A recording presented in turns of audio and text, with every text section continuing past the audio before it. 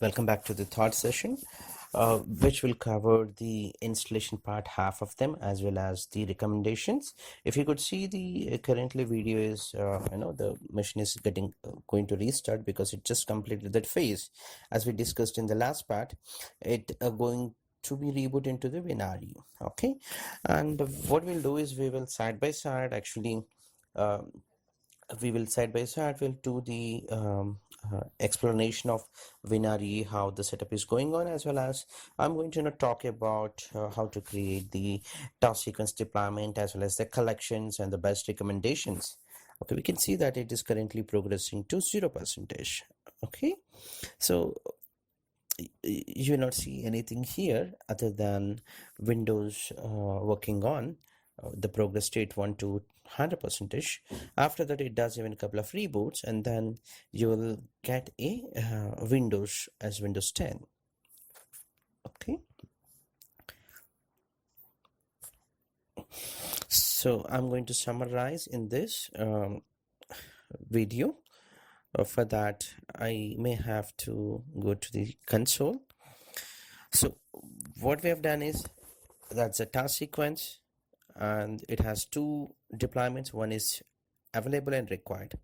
That has targeted to deploy Windows 10 UAT collection. And you should be very careful when you're doing the deployments targets. So for example, you can target to a collection contains multiple machines, so it can be your domain controller, many things. So should be very careful when you're doing the collection creation and collection target. So in this case, we are targeting to Windows 10 UAT. Whether it is available or required, available means the user has to click on install, otherwise it's required, it's a mandatory. So you can choose here basically the start time and expiry time. In my case, I'm choosing the 31st. I can say that as soon as possible it can run. Now anything within that period of time, it gets automatically deployment. Click on next. You can choose all those or you can ignore, that doesn't matter actually for enough for the operating system. If you're not sure, you can select everything except the all users interaction. Otherwise you can choose that too. So choose all this. Since it is a small hierarchy, you can choose that. Click on next, check the summary and finish it or close the. Okay, in my case, I'm just canceling this. Now, by doing this, we will have in deployment, which will target to that specific machine. Whatever the list of machines that are there, that gets this deployment as a policy, and it gets automatically deployed as a mandatory. You should be very careful what are the machines you are going to add on this machine, on this collection specifically. Okay, in my case, if I have dangerous things like um, business critical missions like domain controller, file server, that also gets deployed, we should be very very careful that what we are trying to add. Actually, that's why as soon as you have deployed the machines, then you have to remove it from the collection. I'll explain in another video how to do that, or in this video I can see the machines list. What are the machines now? So in this case, it's just the one. And by the way, it is green now when compared with the previous video. Now I'm going to add lab 2. The way it would be adding is right click, or you can add to the selected items or to a collection, or as a first step, definitely we should install client. So I'm just clicking on the client install and choosing the check boxes. Click next, and that would gets installed the client. Maybe you can do this tab in your lab, and then it gets automatic deployment. So this client installation takes approximately 30 minutes maximum, what we expect. Okay, now once the client is estate, the client is ready to get the policy. So to get the policy, what we do is we will add that machine to the required collection. So in this case, client is have not installed, you can proceed further installation with your testing. So in our case, the target is Windows 10 UAT. If you see the target task sequence is this. So the collection name, which is required, which is going to the target after 4:33 of 21st. So from that time to any point of time, if the mission is get the contacted server, automatically it gets deployed. So at a time, you cannot deploy more than one required operating systems as a mandatory. For example, USMT and in-place upgrade cannot be deployed. If that's the case, if you deploy it, it may take any of the one as a first preference, and then once completes it's that, it goes to the next one. So just to isolate that, we better to create a collection. In this case, I'm just going to add a machine. Because I wanted to go for in-place upgrade, so I'm just typing lab and I can search here. So the machine name contains lab in between or anywhere, it shows me. So here I'm selecting the required machines. So don't select all of them, by default it selects. So you have to specifically select the required machines, or you can hold shift and install them. I mean, basically, select it and get, added. In this case, I'm just adding the lab to click OK. But, I'm just going to cancel. Looks like, yeah, I just cancel that. Now, once the mission is added, you can, show the members that the count should, show as 2. In my case, I just added only 1. So I'm showing only 1. Okay. And if the mission is successfully added, you can, go to the properties of the collection. I mean, the deployment is, yeah, you can see here the mission name. Basically, those two are I have, created. One is a query based, another one is a direct. So when you add it, it would be always a direct. Okay, in soon, I'm going to remove those two also, and I'll show you, how to do that. Okay.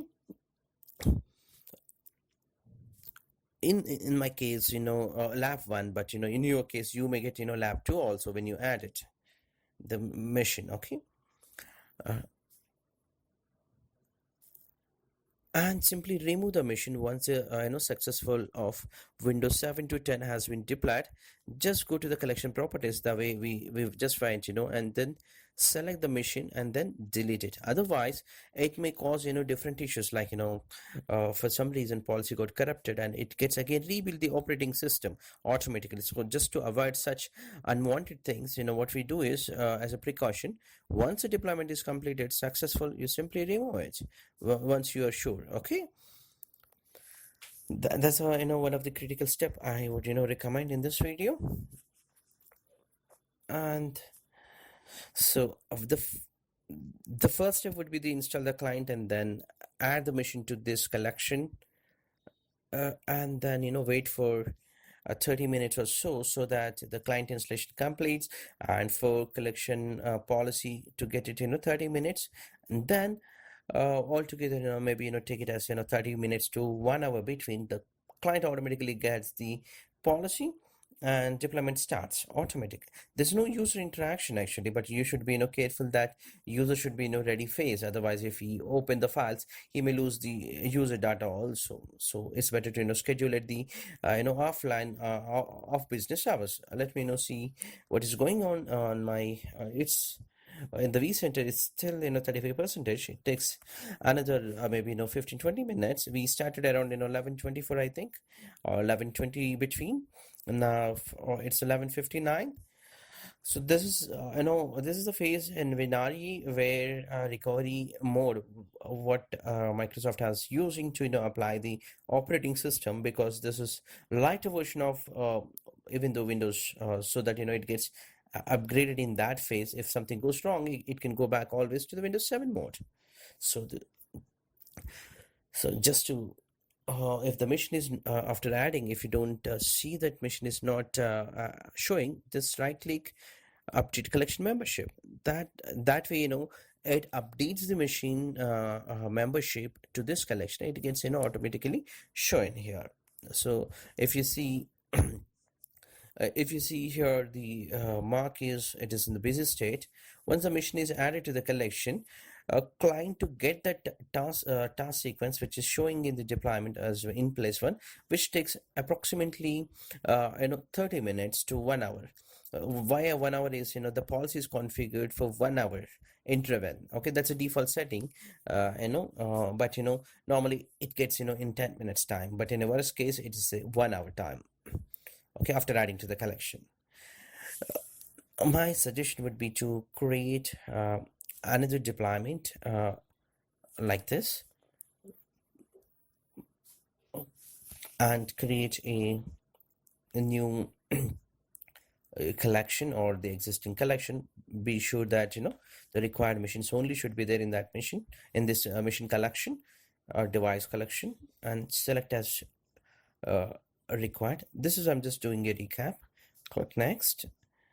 This is a one-time job.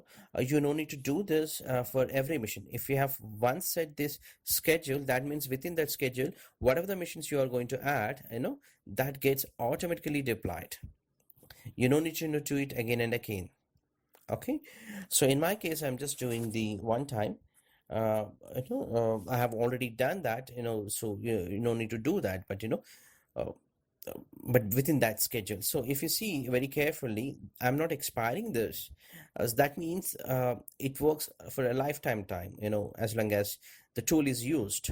Okay, but the start time is, just we have selected that, and we can select whatever you wanted, these check boxes, or you can ignore those check boxes, or select it and click next, and go to the summary. Here also 3 check boxes, you can check it, and next, and click next and close the summary.